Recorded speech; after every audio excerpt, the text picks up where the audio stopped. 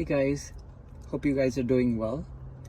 In this video I'm going to show you how to replace a trunk torsion rod on a Toyota Camry Hybrid 2016 LE. Now just for starters, so the trunk torsion rod basically helps you in popping the lid off when you actually press the button on your key fob to open the trunk. So it basically acts like a spring basically that helps you to pop the lid open.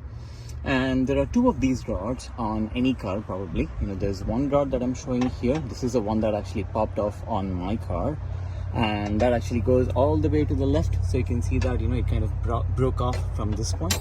So it should basically be engaged over here, and the other end of the rod should be on the other side. And then you can see a second rod which is unbroken in this case, and that basically gets attached to this bracket. Same thing, so one end basically goes over here. You can see it's kind of engaged on this point, and then the other end is basically it basically goes into this hole that I'm showing here. Now both of these rods actually get attached to this bracket. So you can see that there's a bracket that gets clipped onto the top surface of this trunk, and the two rods basically go and get engaged over here. Now in order to remove this rod, you need to first disengage the bracket, and then also you need to basically disengage this lever. Now this lever is basically used to collapse the rear seats that you have, and so all you need is basically you need a screwdriver to basically pull this off and also pull the bracket. Now I did buy one of these torsion rods from a Toyota dealer shop. It's pretty cheap. I bought it for like 37 bucks, and here is the part number that I'm showing on my video. So let me actually now show you how to remove this bracket.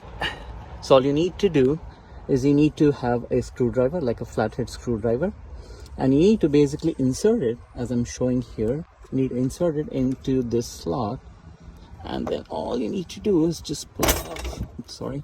All you need to do is just pull it off. Yep. So there you see, it just came off, right? So this is almost like a hinge.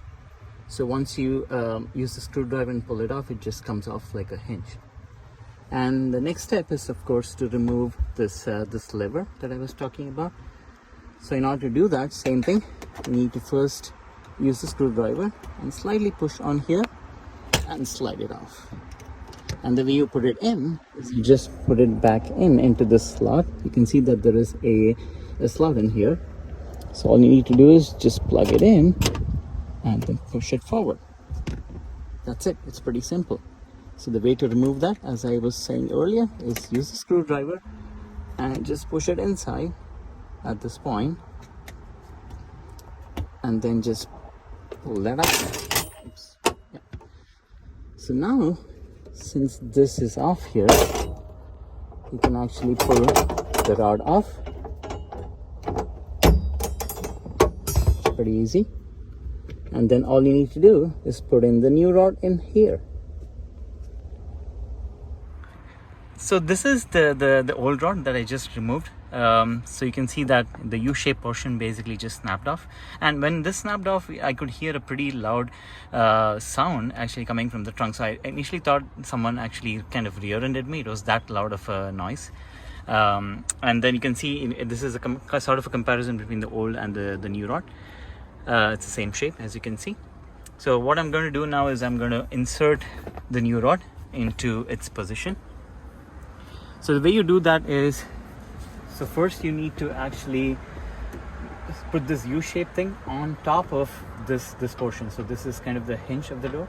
So the rod actually has to come on top of it, and for that you actually can slightly lower the trunk door so that you can get some access space without really hitting the top of the trunk. So this is the way it actually goes in. So you can see now that the U-shaped portion has gone into the hole.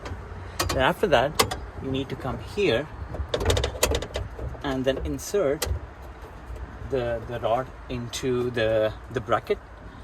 And after that, you go on the left side. It's a little bit harder because you need to actually compress the spring. You need to overcome the force of the spring in this case. So So you go on the left side, and then you need to apply a little bit of force, because what you're trying to do is you're trying to overcome the tension in the spring. There's quite a bit of tension in the spring. So after you apply that force, you can see now that, you know, the rod on the left side has gone into those circular cutouts that I'm showing here. So there's one circular cutout here, and the other circular cutout is over here. Okay, so just to show you how the entire rod looks like right now. So you start from the right hand side, you insert it into the hole, right, the one over here. So then the rod has to come on top of this rod, and then it goes to the center where you have the bracket. So this is how it gets mounted onto the bracket. I've put the end cap of this bracket as shown here.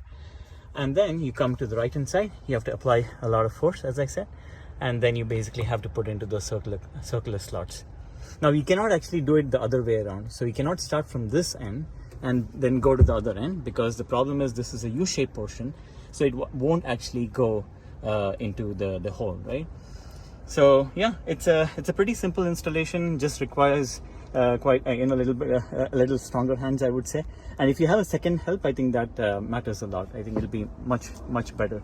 So now let me show you how the trunk looks like. So earlier, you know, the trunk would actually just fall or, you know, collapse, because you know, this spring wasn't working. And after I installed this, I'm going to press the trunk release button on my key fob, and there you go, it's working as expected. So yeah, if you have any feedback, leave in the comments, and if you like my video, you can press the like button and subscribe to my channel. Thank you guys.